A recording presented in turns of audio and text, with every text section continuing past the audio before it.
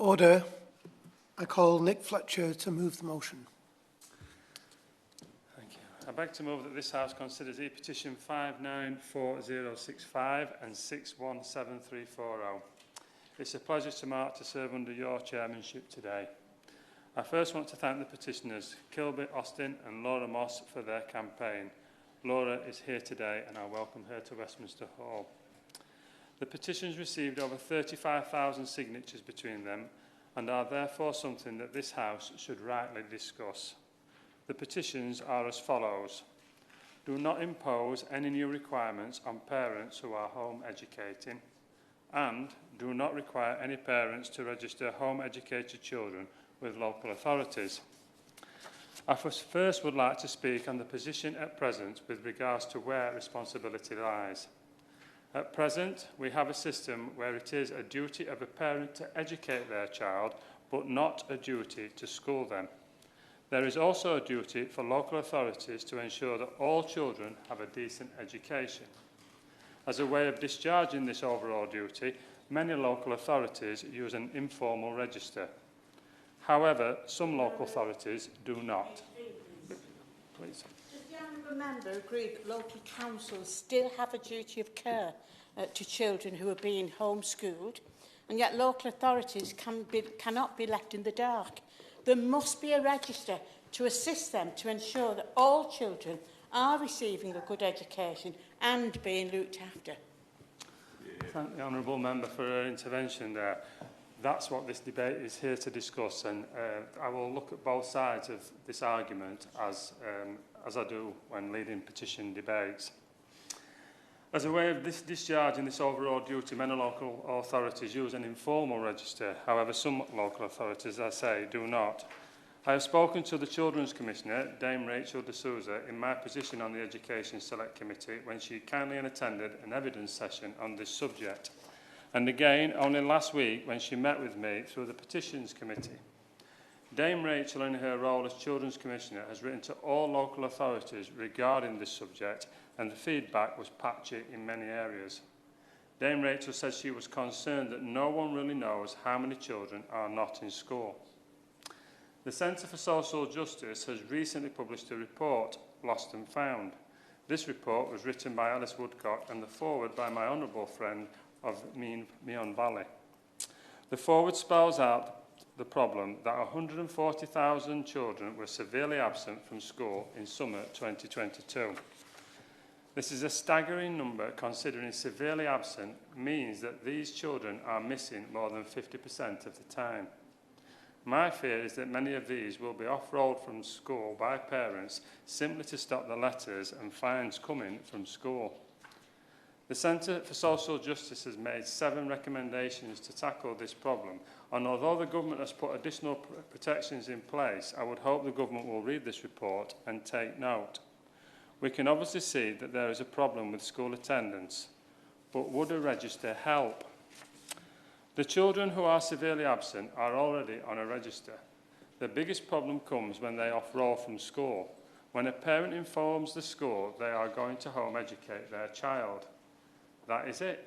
When the child falls off the register, the letters stop, the fine stops, and the school has no obligation to the child any longer. No more register.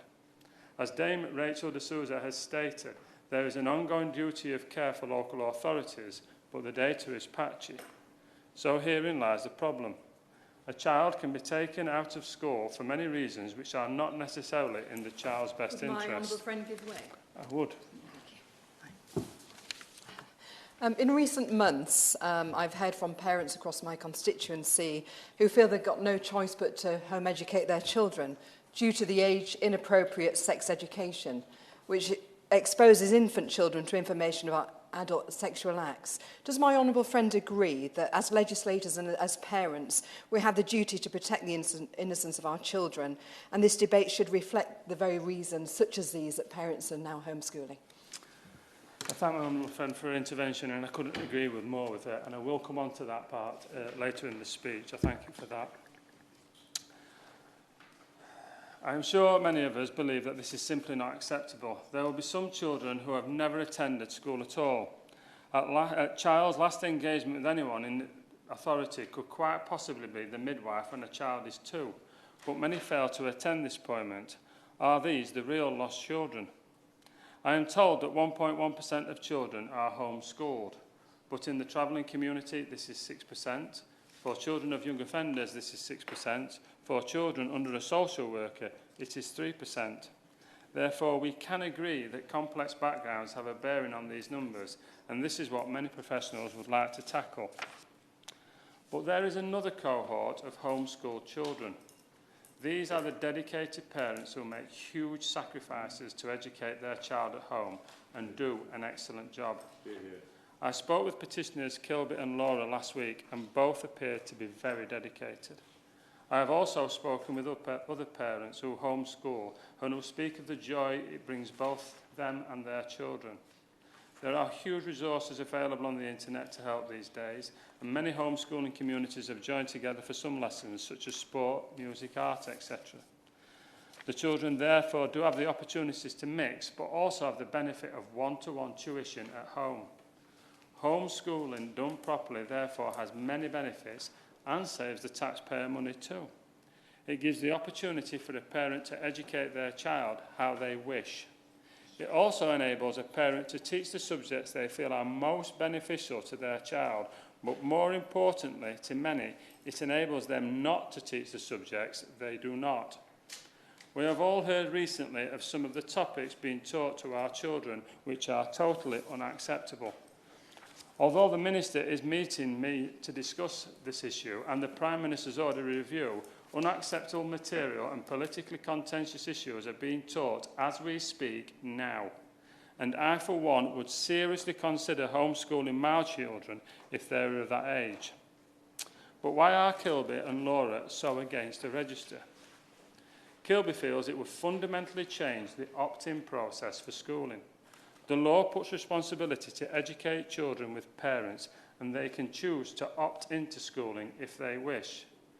A register, she believes, will be more like an opt-out system and could end up making school attendance mandatory.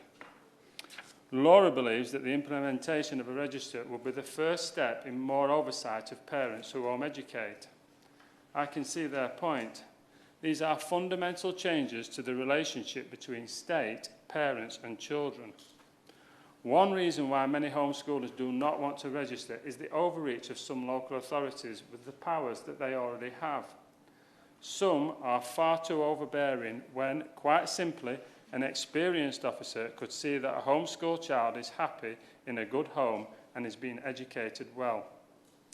Some home educating parents have children with special educational needs and disabilities, and they have removed their children from state education because their needs are not being met. Some of these parents have had particular difficulty with local authority officers not being equipped to assess the complex situation. This begs the question, is the register necessary? Or quite simply, should local authorities just be doing a better job with the resources and powers that they have? The Education Act 1996, section 437, states that if it appears to the authority that a child is not receiving suitable education, then it can apply for a school attendance order to send the child to school. Section 47 states that if the authorities have reasonable cause to suspect a child who lives or is found in their area is suffering or is likely to suffer significant harm, they can make inquiries and, if need be, make an emergency protection order for the safety of the child. Therefore, if a child who is persistently or severely absent is off-road, the local authority have the powers to deal with this situation already. As we can see when we investigate further than a headline, we can see yet again that good people doing a good job are threatened with more state overreach because of the poor behaviour of the few. Thank my honourable friend for giving way and congratulating him on securing the debate. In Staffordshire, we've seen pre-pandemic a large increase in the number of children who've been homeschooled, and post-pandemic that trend continuing. And of course, there's many brilliant parents who are doing great work in terms of homeschooling. But there is an underlying issue that there are a number of children that we should be concerned about that are being labelled as homeschooled but not actually getting any schooling at all. And is this not just a proportionate measure that could actually go towards helping to make sure all children get the type of education that we're really wanting, and while still protecting the rights for parents to protect their right to school their children? Thank you. Thank you for that contribution. I completely understand where my honourable friend is coming from, and I will, as I continue forward, you'll hear some thoughts towards that. But I thank you for your contribution. So what is the answer? Well, as I've just said, we will know. We will discuss this today. I, as much as anyone else, want to protect our children. I see the damage of kids not being in school. I see the antisocial behaviour. I see the organised crime gangs stepping in where parents score and the state have let them down. This is happening in my city in Doncaster, so we do need to do something. But I also understand the desire and the rights for responsible parents to educate their children. With the government seemingly wanting to push forward with this, the Education Select Committee, the Children Commissioner, members in here and at least my local authority agreeing that it is a good idea, I can see the petitioners are not going to be pleased. But the government needs to be careful here with any legislation. There have been issues both in Scotland and the Isle of Man when this has been brought forward, let alone any issues regarding GDPR. I therefore suggest that if we go ahead with this register, we also need to put in place new safeguards and protections for parents and families who are doing a good job, and as is their right, are home educating their children. As I have already mentioned, I have spoken to home educating parents who have concerns about the state being handed more power over how they educate their children. Let us be clear, it is a parent's right to home educate their child. Yet there is no doubt there exists in our society a presumption that children will be in school, and therefore there is something of a suspicion of home education. Parents I have spoken to have told me about rough treatment at the hands of local authority inspectors who have assumed rights of inspection over the nature of families' home education decisions, which they do not have. So something that could accompany a new registration requirement could be a much clearer statement of the limits of the role of the local authority when a child is being home educated, and a clear complaints process for home educating parents. After all, I suspect that this sector is likely to grow and continue to do so. I look forward to hearing the contributions from other members on this complex issue. Thank you. Okay, members who wish to be called in the debate, they should bob. I call Naz Shah. Thank you, Sir Hendrick. Oh, sorry, the question is that this House has considered E-petitions 594065 and 617340 relating to home education. Naz Shah. Thank you. Every parent does have a right, and I absolutely concur. I congratulate the member for Don Valley for securing this debate. Every parent does have a right to choose where they send their kids to charter school or home educate, and that right should be respected. Whilst I recognise the need for change and reform, it is also important that local authorities have clear guidance on how to work with homeschooling families to ensure they work with them in a manner that supports the needs of the children as well as the rights of the parents to homeschool their children. I've had many constituents come to see me and about how on occasions local authorities, like the member has just talked about, have a real overreach in terms of going into people's houses, entered their homes in a manner which has been, as my constituents put it, akin to a police-style investigation.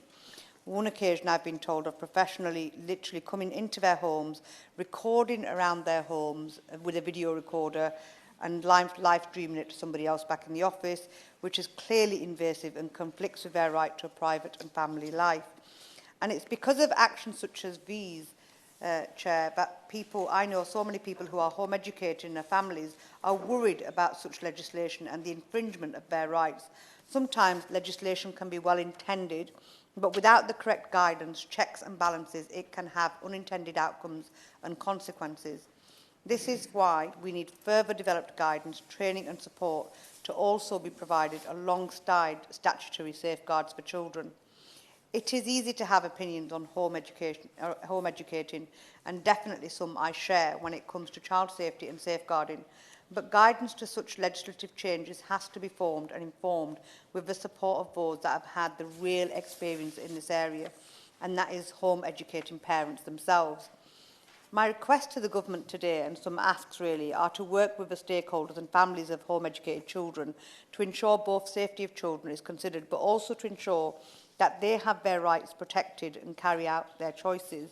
What is the government doing to ensure, as the member has just outlined, to make sure that there is a one-size approach, there is a legislative framework and guidance to ensure that when people are going in to do these register checks, etc., that they have statutory guidance to follow to make sure that they don't overstep the mark in terms of, you know, I wouldn't like somebody to walk into my home if I was educating my child and bring in a video recorder or just live stream me somewhere else, and that would not be okay.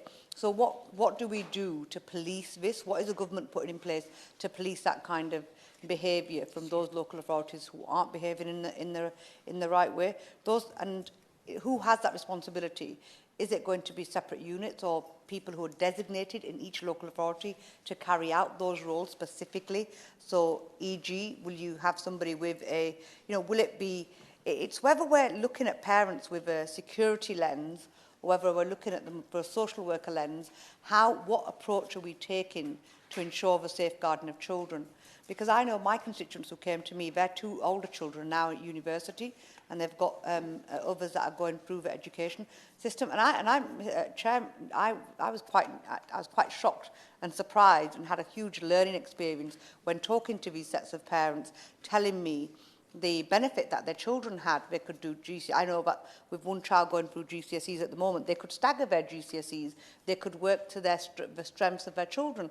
And I get all that. It makes absolute reasonable sense. So what are we doing? What are the safeguards we're putting in place, or the government is putting in place, to ensure that those parents' right to privacy, their parents' right to raise their children and educate their children how they choose fit.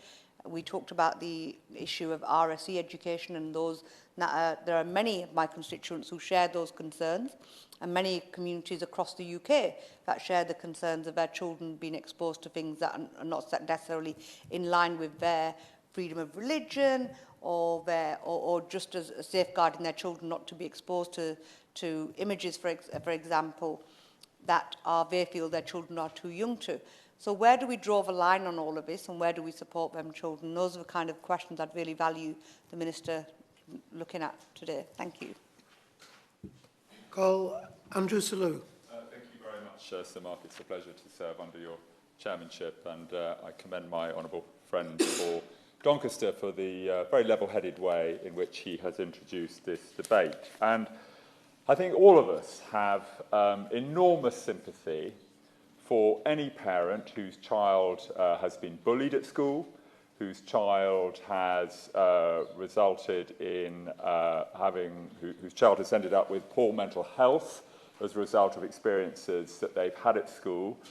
And as a parent myself, I can completely understand the totally natural instinct to want to withdraw your child into the safety, the bosom, the cocoon of your family, to get them away from that bullying if the school is not able to protect their child from that bullying, or to help stabilise their child's mental health issues. And that is a very real issue which we must absolutely take seriously. And I'm also acutely conscious when we talk about home education, we are talking about a huge spectrum. There are some parents that are incredibly dedicated and do it exceptionally well. And to them, I would just want to say an enormous thank you, for their dedication, for their time, for their sacrifice.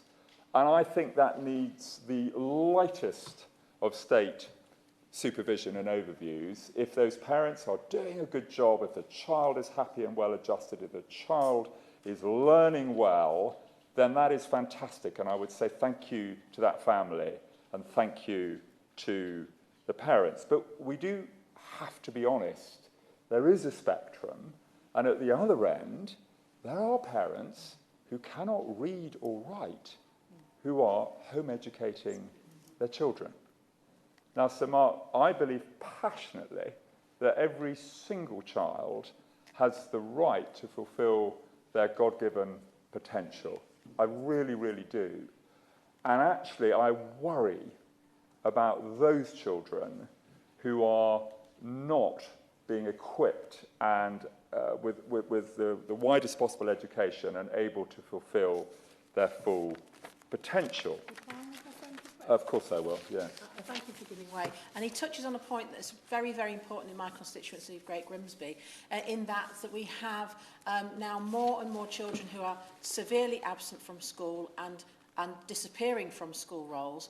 And when we find them wandering the street in the middle of the afternoon and we ask them where they are, we're told that they're being homeschooled. And actually, they are now being prey to county lines, to other forms of illegal activity. And their parents or carers quite often are not able to give the kind of teaching and home education. Would you agree with me that that's something we need to look seriously at as well? Well, I'm extremely grateful to my honourable friend for Grimsby, and I think she raises a very, very important point, and I've seen exactly that in my constituency, school-aged children in and out of shops in the middle of the day, and mine is also an area subject to the terrible scourge of county lines. So there are huge safeguarding concerns and criminal concerns, actually, about what is happening to some of these children that we absolutely need to take seriously.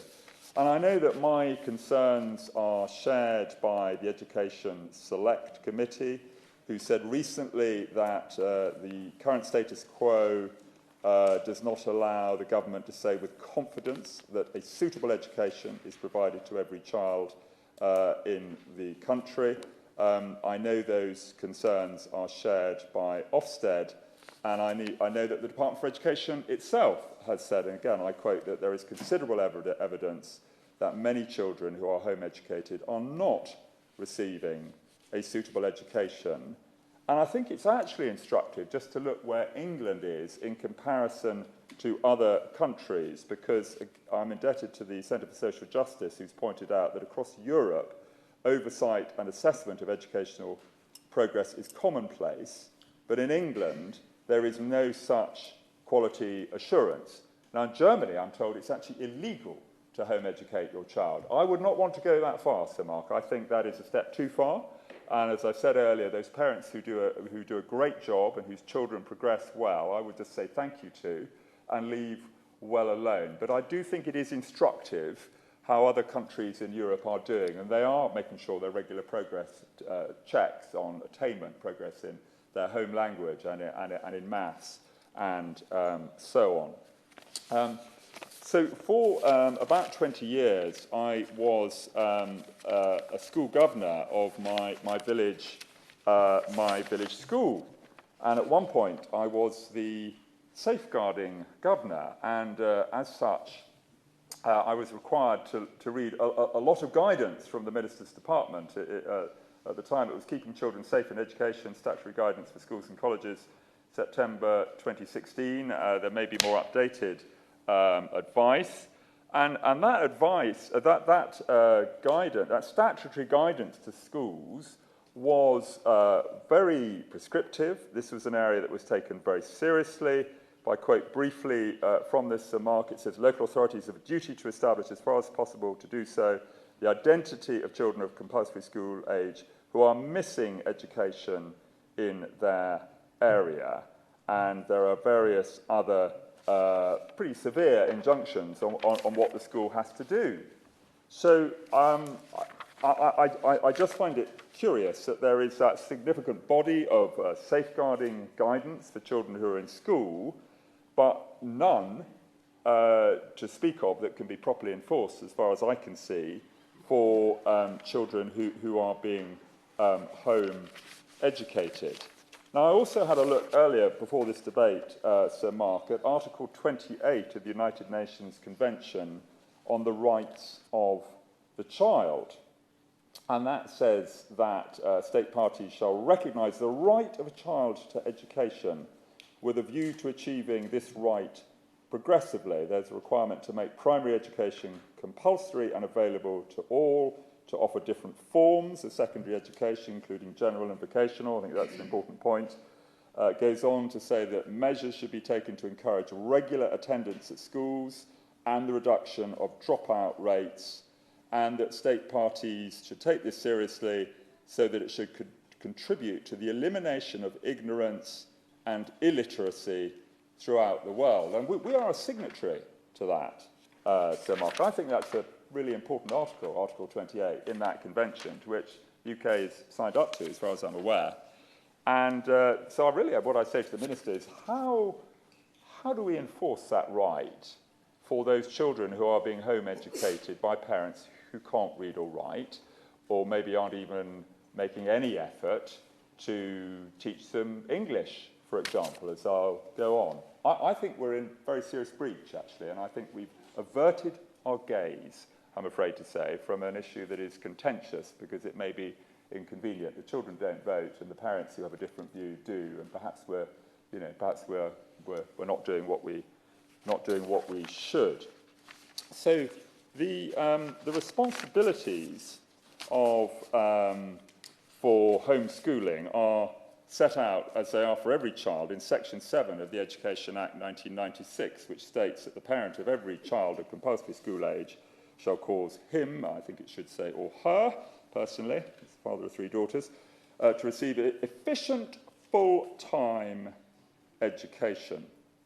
Rather bizarrely, it says, though, it goes on to say later on, though, that they are not required to provide a broad and balanced curriculum and do not have to follow the national curriculum.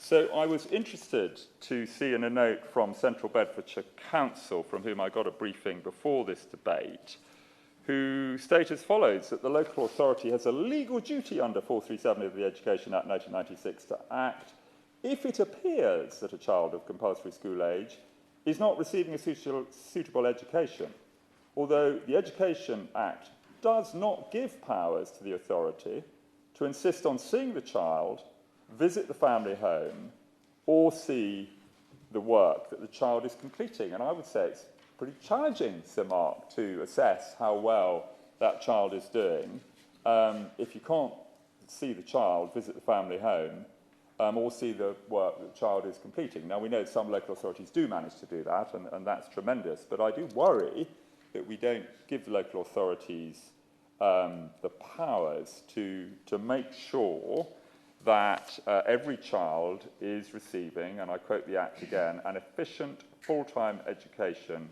which is suitable for that child, and I think that should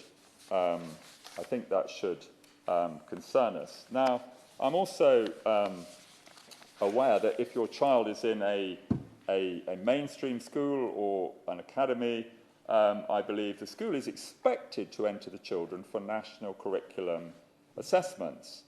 And there's also a statutory duty on all children to be in education or employment with training up to the age of 18, and I would agree with both of those requirements. But again, I think the reality is that is not happening for a number of home-schooled children. I'm also aware that some children whose parents claim they're being homeschooled are in unregistered schools, of which we also have a number. I read an article from The Economist last year which talked about a young man of 18 who'd been in one of these unregistered schools. I think his parents had claimed he was home educated. He'd had schooling sometimes for 14 hours a day. When he left at 18, he couldn't read or speak English. Now, are we really saying that's acceptable? I mean, that actually was an unregistered school, which Ofsted, do have a duty to do something about. But it's quite hard for Ofsted to get on top of this issue because a lot of his parents will say the child is being home educated. And what about the rights of that young person to read and speak, the mother tongue of their home country? I mean, do we care about these things or don't we? And as I look at the numbers of children in my own constituency, like my right honourable friend, the former Secretary of State, whose presence graces us here today, they've gone up very significantly. On the 15th of June 2015, in the 2015-16 year, there were 283 children in elective home education in my constituency. By 2020-2021, that had gone up to 493. And that's the most recent figure that I could get. And no doubt it's higher than that. I suspect the majority of those are probably in my constituency as well. I mean, how high are we happy for that number to go without really knowing what's happening? 1,000, 2,000, 3,000? Is that acceptable? Personally, I don't think it is. Now, as I look across this chamber, whatever political party we are from, I would say we are all concerned about the life chances of children. We're all concerned about ladders of opportunity. We're all concerned about social mobility, about the elimination of poverty. But how are we going to achieve any of those things when a significant number of our children are not having the education, which I think is their right? We talk about the rights of parents, and I believe in the rights of parents as a parent myself, but I do think children actually have the right to a proper broad-based education to enable them to achieve everything they're capable of achieving, which is why I would encourage the Minister to progress down the route that the Secretary of State has said she wants to do. Of course we need to do it sensitively. I don't want heavy-handed officials going into people's homes in an inappropriate manner, but it needs to be a decent, civilised conversation on how the child is progressing, and we cannot just afford to look the other way, as I believe we have done for far too long on this issue. Okay, thank you. I now move to the front bench contributions, and I call Stephen Morgan for the opposition. Thank you. It's a pleasure to serve with you in the chair, Sir Mark, and I would like to start by thanking the honourable member for Don Valley for tabling this debate. We have had a number of interventions and contributions from across the House following the views of parents, school leaders and local authorities being shared with honourable and right honourable members. The honourable member for Don Valley gave, I believe, a balanced speech in responding to the petition, the problems of school attendance and the helpful research by the Centre for Social Justice. My honourable friend for Bradford West shared the importance of guidance to local authorities, training and support for safeguarding and the need to engage with parents. And the honourable member for South West Bedfordshire, I believe, made a number of characteristically helpful remarks about the value of proportionate interventions by government to address the concerns, as well as shared the views of the Education Select Committee. So, Mark, let me begin by saying that Labour recognises and supports parents' right to choose their child's education. For parents opting for home education, Labour respects that choice, and Labour will support you in enabling your children to thrive. And it's important that parents who choose to home educate their children are supported to provide an excellent education.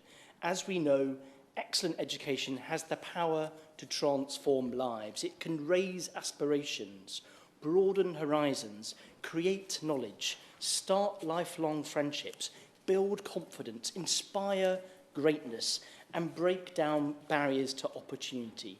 And for an excellent education is so often what home educating parents provide. Now, there are so many reasons why parents believe that home education is right for their child, whether that be due to personal circumstances and learning needs, personal beliefs, or wider factors. For some, home learning is chosen to meet the needs of children with mental health conditions, special educational needs, or as a result of bullying.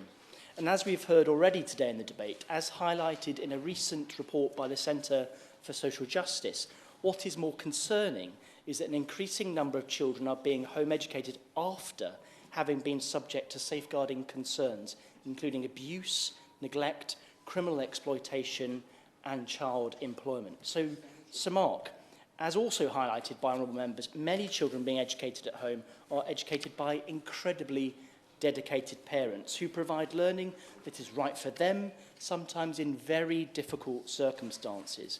However, we should not hide from the fact that there are some cases in which children are not provided with a suitable education. Studies by Ofsted have demonstrated that some home-educated children have been left without access to the appropriate quality of education. The Education Select Committees, we've already heard, concluded that their recent report strengthening home education, that the status quo does not allow the government to say with confidence that a suitable education is being provided to every child in the country. And the DfE itself has stated that there is considerable evidence that many children who are home educated are not receiving a suitable education. Yet, ministers have not acted. So, Mark, this is a problem that has been created by inaction by successive Conservative-led governments at the expense of children and our nation's schools. Some children who are home educated have also been subject to safeguarding concerns. In 2020, the Child Safeguarding Practice Review Panel uncovered 15 incidents of harm involving children reported to be in home education. These cases included severe harm such as serious neglect and emotional abuse. In 3 of the cases, the children tragically had died. The panel concluded that these children were often invisible. They were not in school and did not receive home visits. Once again, ministers condemned these actions, but have failed to tackle them. So, Mark, when the Schools Bill finally came forward, Labour supported measures to have a register and visibility of homeschooling. We welcomed and backed plans to create a duty on councils to keep a register of children not in school. There would also be a duty on parents to provide information to councils for the register. Out-of-school education providers would have been required to provide information to local authorities on request. And councils would also have to provide support to registered home educating families where it's required. At the time, the DfE said, and I quote, "While we know many parents who choose to home educate are very committed and do so in the best interests of their child, in some cases the reasons for home educating are not for the best education of the child and the education being provided is unsuitable." However, as we know, the Schools Bill and the register was shelved by the government last year. At the time, the DfE said it would introduce long-delayed register of children outside school in the new year, but up to now, it's provided no update. However, there is no time to waste. While it is not known how many children and young people are home educated in England, there is evidence of an increase in recent years that has accelerated during the pandemic, as we've heard in this debate. The latest Association of Directors of Children's Services annual survey on elective home education estimates that in 2020-2021, over 115,000 children were educated at home, a 34% increase on the previous year. It is thought that this estimate is very likely to be underestimated and therefore is of concern. Many families may also have slipped through the net during the pandemic, meaning that they are no longer on the radar of local authorities. And there is a risk that some of these parents are not able to educate their children effectively at home, or that the children are simply not being educated at all. Now, there have been increasing concerns surrounding children who have been off-rolled or forced out of school. These children, often amongst the most vulnerable, are potentially being left without support and protection. So, Chair, in conclusion, the highest priority for the Department for Education must be to protect children's safety and well-being. All children have a right to learn in an environment that is safe and regulated, to learn in an environment that supports them to thrive wherever they are in the country.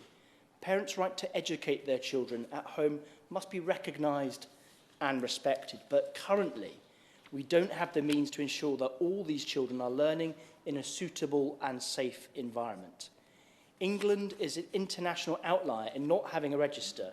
Oversight and assessment of educational progress is commonplace across Europe, but in England has no such quality assurance.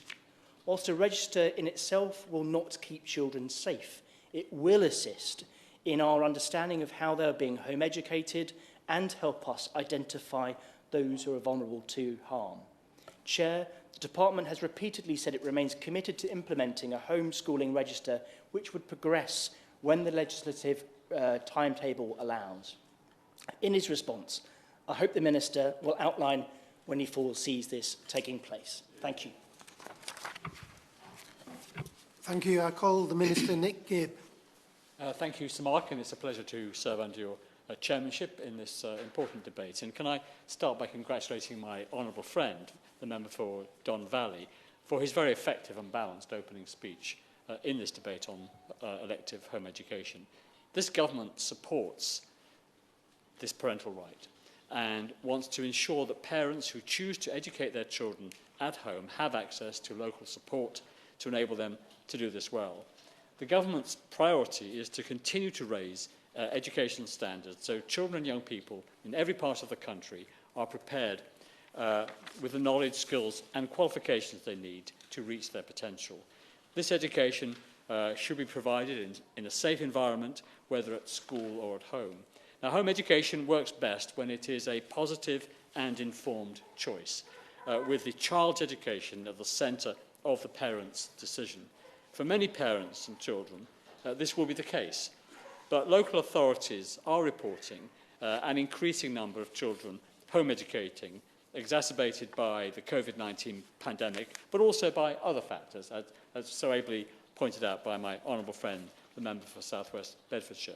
Now, in the annual Association of Directors of Children's Services elective home education survey, they estimated 37,500 children as home educating in 2016.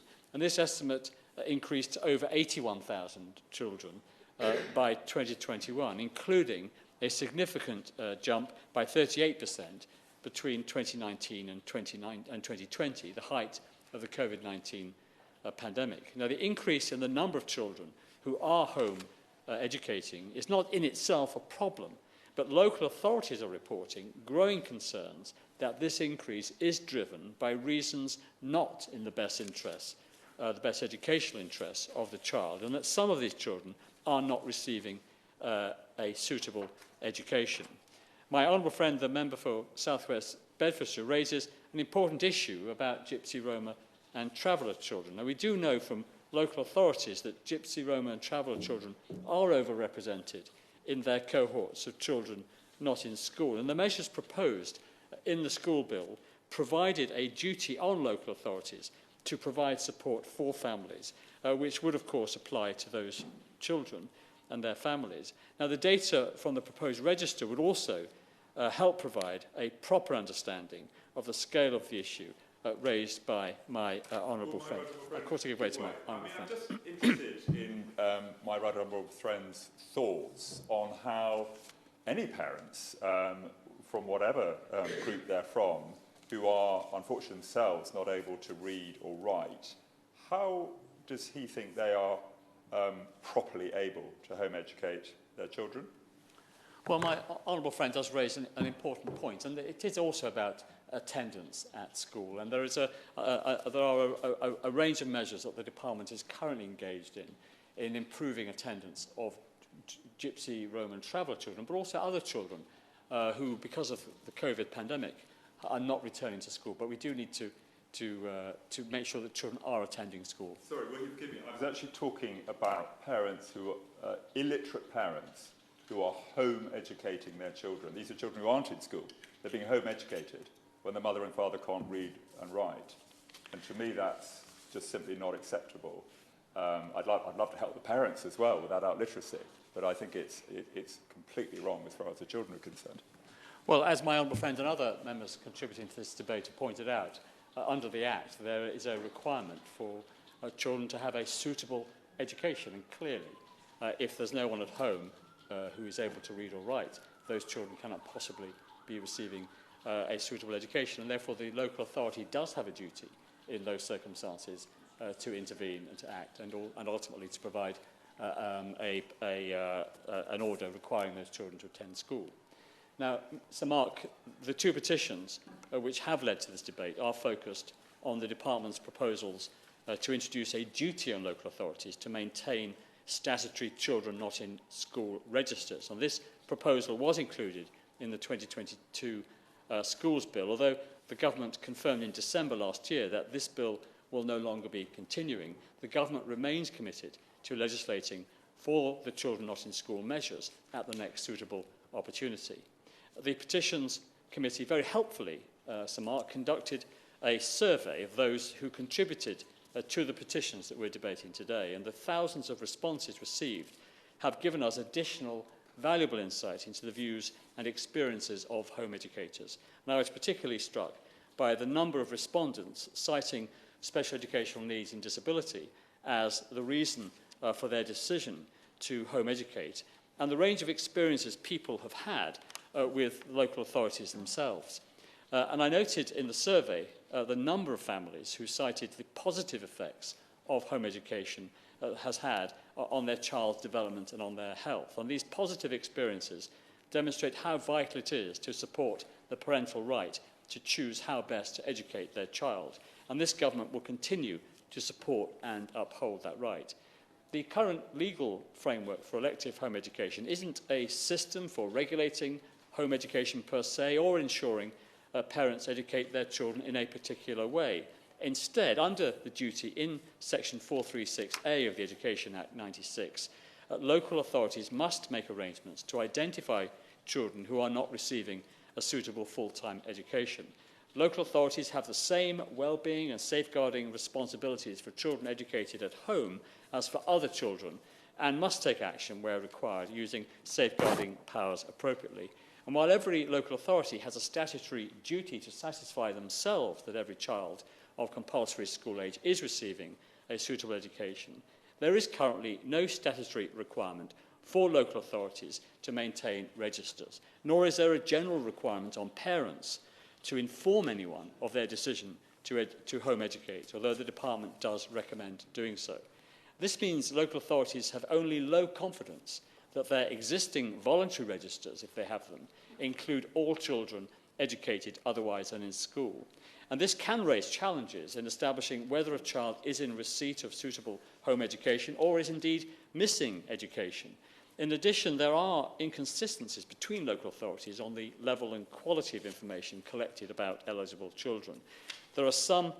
These are some of the issues that the Children Not in School measures are seeking to address. Now, the department's commitment to establishing a local authority administered registration system was first set out in our Children Not in School consultation response published in February 2022.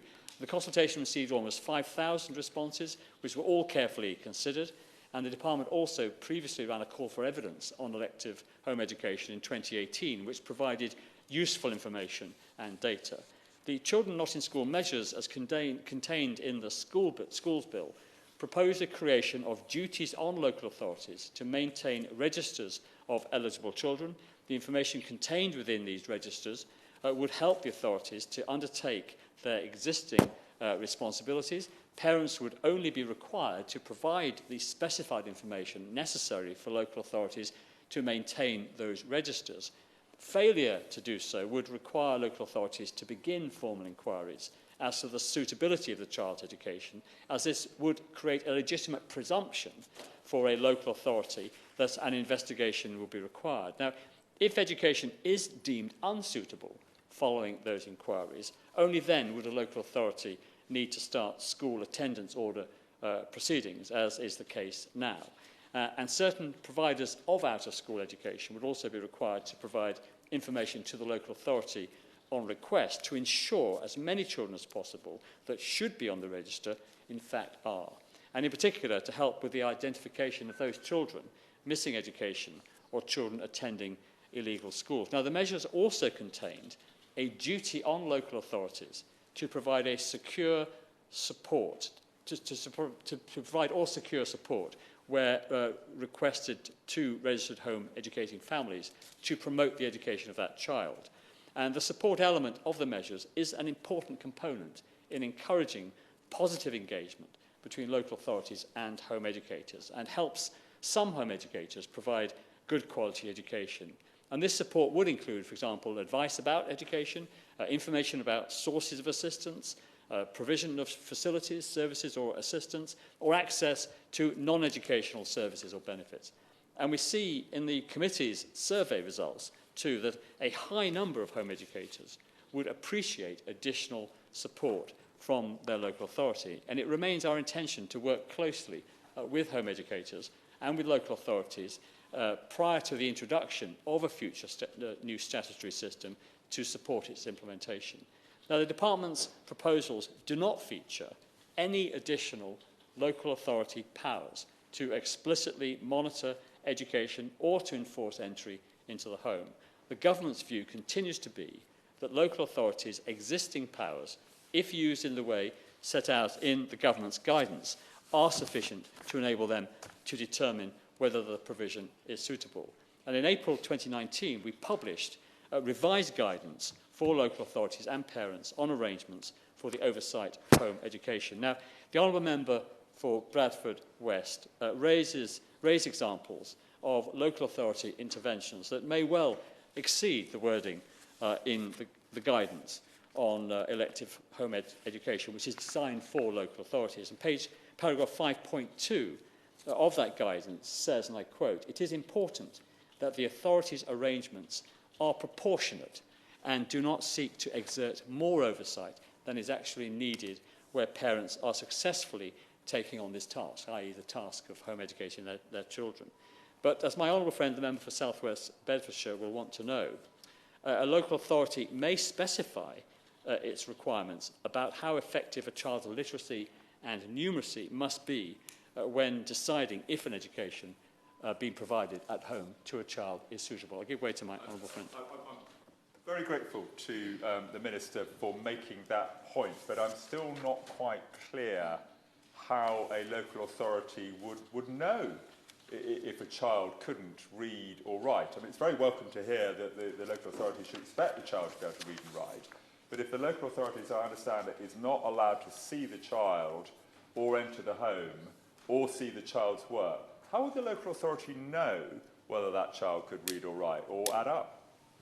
Well, what it says in the guidance is that each local authority should, in paragraph 5.4, should provide parents with a named contact who is familiar with home education policy and ordinarily make contact with home educated parents on at least an annual basis, so the authority may reasonably inform itself of the current suitability of the education provided. So, in other words, the approach is if the local authority can gain access, not force access or have a legal right to access, but has a proper dialogue with the parents and therefore can reassure themselves of the quality of the education. If they are unable to do that, then of course the presumption that the local authority would make would be that the child was not receiving a suitable education in the home environment. I'll give way to the honourable member. Last year, the Education Secretary said legislation would come in the new year, this year.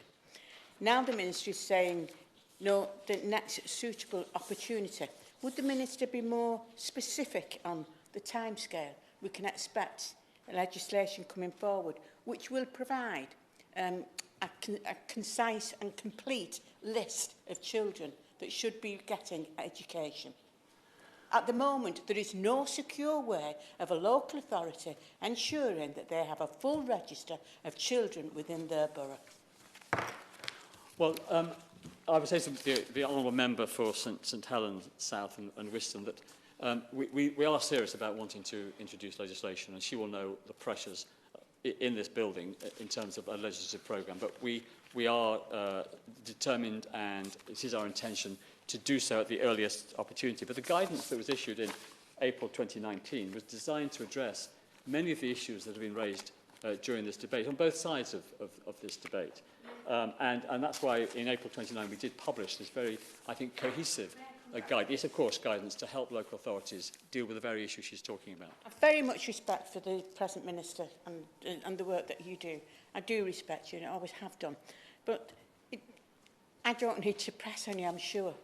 But there is absolute necessary that we do have this register, and we have it soon. We have children who are vulnerable. They're being exploited. Their families have not got the capacity or the will to do what is necessary. And we've got young children being exploited by criminals. When is government going to get this in their head that we need to tackle this problem? We are failing in our duty as in parliamentary positions when we are not ensuring that they're safe. Please, will you treat this more seriously? Yes, we know there's lots, but there's nothing more important than children on children being cared for so that they can live a decent life and contribute to society and enjoy life and not be abused. Well, I think everyone in this debate will agree with the honourable member. I certainly agree with what she said and the sentiments and the passion with which she said it. And we are determined to press ahead with those provisions in the school bill in terms of introducing a compulsory register. In the meantime, this guidance to local authorities is very clear about the duties on local authorities under current legislation to make sure that all the children living in their local authority area are receiving a suitable full-time education, and it provides a lot of detail about how local authorities can go about determining whether those measures are, whether those children are receiving a suitable home education. There's also a number of other measures that the government is taking in order to identify children who are missing education, which is also a very serious issue in our system, and we'll have more to say about those issues in due course. Now, Sir Mark, the proposal set out the responsibility of parents and the steps a local authority can take where it is not satisfied the education provided by parents is suitable. And that's all set out, as I said, in the 2019 guidance. And the department's guidance also details 8 components that they should consider when determining whether a child is receiving a suitable education. And this includes enabling the child to participate fully in life in the UK, something my honourable friend for South West Bedfordshire raised, education not conflicting with fundamental British values, and isolation from a child's peers. Home education provision does not need to follow a broad and balanced national curriculum or undertake public examinations, although the department does believe, I certainly believe, doing so would constitute strong evidence that education received by a child is suitable. But we remain of the view that a centralised definition of suitable education would not be in the interests of home educating children, families, or local authorities. Each individual assessment of whether education being provided is deemed suitable must rest on a balance of relevant factors depending on the circumstances of each child. And the department will review our guidance for local authorities and parents later this year. And following an inquiry into home education, the Education Select Committee published a report on strengthening home education in July 2021, referred to by my honourable friend. And in the government's response to the committee's recommendations, the government agreed that there is value in having a form of registration for children not in school. And we also agreed that there is a need for better data to help government and local authorities improve their understanding of these cohorts of children and to help local authorities' ability to undertake their education and safeguarding responsibilities. So the government didn't agree with the committee that greater assessment of home educators is required.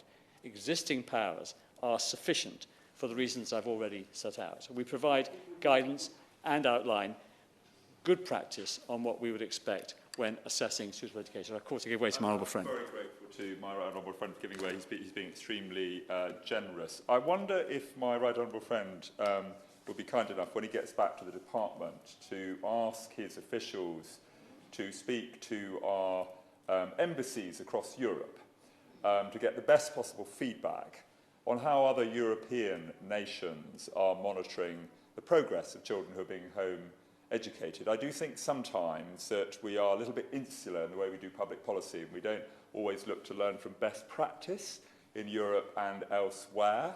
And I think we might be able to learn something useful. And if we are an outlier, I would just ask him to have that international perspective as to how we could learn from perhaps other countries who are doing something rather well in this area.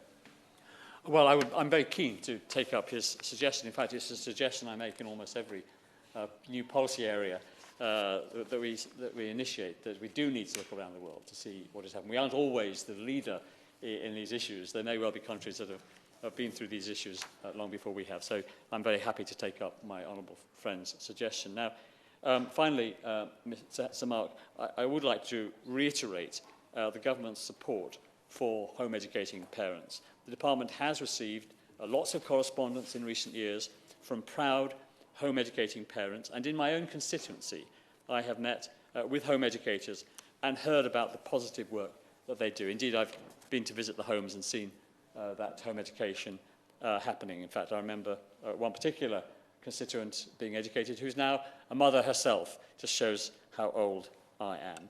Our commitment to children not in school registers will not impact parents' rights to educate in a way they deem appropriate, providing it is, of course, suitable.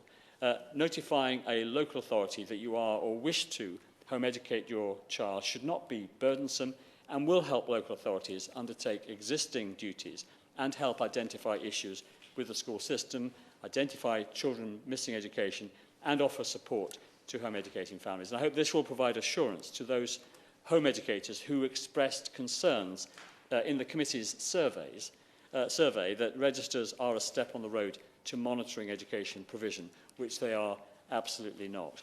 And when we find a suitable legislative opportunity to take the children not in school measures forward, we will do so, and we will continue to work closely with home educators, with local authorities and other stakeholders to ensure that the new registration system works for everyone. Thank you, Minister. I call Nick Fletcher to wind up. Thank you. Thank you, Chair. This conversation is obviously going to continue, but a few queries that I have is we need to be asking why parents are not sending their child to school. We really need to ask that question. And I do believe, as the Honourable Member said earlier, there's some concerns with the RHSE curriculum. There's also concerns for parents with children with special educational needs and disabilities. So we really need to work with those to make sure that we can get as many children into school as possible. If we are going to put a register in, it needs to be an extremely light touch for the ones that are doing well. And we need experienced people to go in and see that and just say, yes, this is a child that's doing well. And I think that's really important.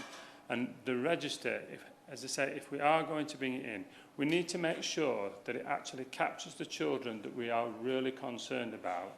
And if we put legislation forward, it should work and we should enforce it. I know local authorities have got an awful lot of powers and they do not use them. They really do not use them. So if we're going to create more legislation that's going to capture good people, like the petitioners who have signed this, who are doing a real good job, and yet those that are doing a poor job are still left and the powers are not used, then this becomes a complete waste of time. And that is something that I'm extremely concerned about. I just want to wrap up by saying thank you for everybody who has attended this debate today. And I've listened to all of what you've said, and I think there's been some real positive contributions. I want to thank the petitioners and all who have signed the petitions. I want to thank the Petitions Committee that do some fantastic work. It's not me that actually got this debate here, so it's the Petition Committee that got this debate here. So I would just like to put that on the record.